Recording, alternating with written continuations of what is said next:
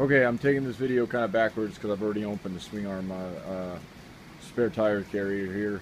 I don't believe this is like a branded spare tire carrier. It looks very similar to what you'd see on like a Warren or whatnot, but I can't see any brand on it.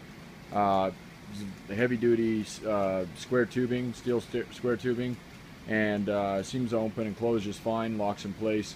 Has a little pin here that locks it in place, and it's only got a 31-inch tire on there, but the way this thing's built, I would think that no problem putting 33, even a 35, maybe bigger, just depending on what you're trying to put on there. You might have to put some sort of spacer to bring the tire out, which they sell those. Actually, we get them in sometimes because the thickness of the tire will interfere.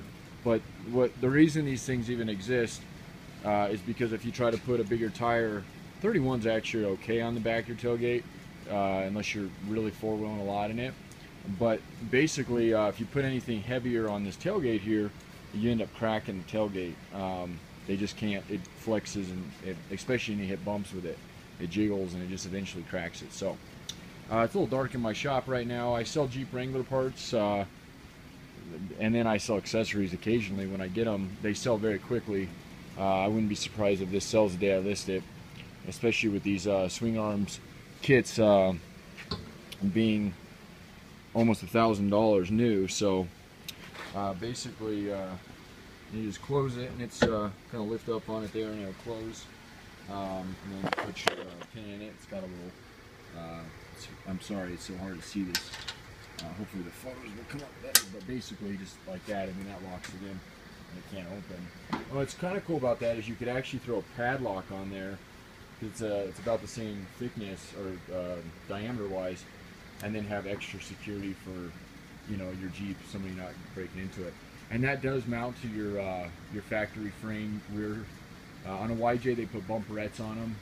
You just take those off if you have those, and then this will mount right up to it. And I'll include the bolts and everything. The spare tire itself is not included in this, so that tire does not come with this thing. And I don't know why it would, but you never know. Some people online, they see this stuff like, oh, the picture.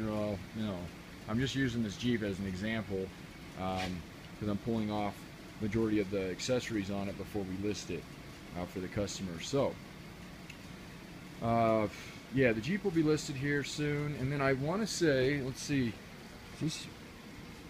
yeah, the 2-inch receiver. Boy, that's actually a part of that. I was going to say that's not included. It's hard to see in the light, but it is. So there's a really nice, and that does look not factory, but does look manufactured. A really nice heavy-duty 2-inch receiver that's all built into that swing arm kit. So definitely a nice little setup there. I think you'd be very happy with it. And yeah, name's Jeremy. If you see me on YouTube before it gets on eBay or something like that, just give me a shout. I'm not quite sure what I'm pricing that. I usually try to price my accessories 60-70% of what their retail value is if they're in good shape. This is indeed in good shape, so we'll see. Maybe $500-600, especially being that there's the 2-inch receiver on it. But then again, I'll have to check online and see what they're going for. And if they're going for about that new, then we won't obviously be selling it used for that.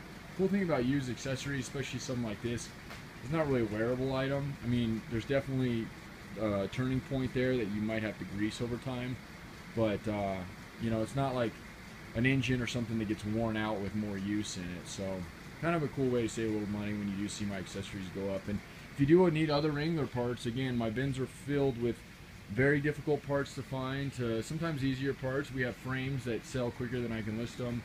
Rebuilt transmissions, bolts, just pretty much anything you can think of. 8706 is my bread and butter, and 720-987-8772 is the best way to get a hold of me via text or email or calling me. And I appreciate you taking a look.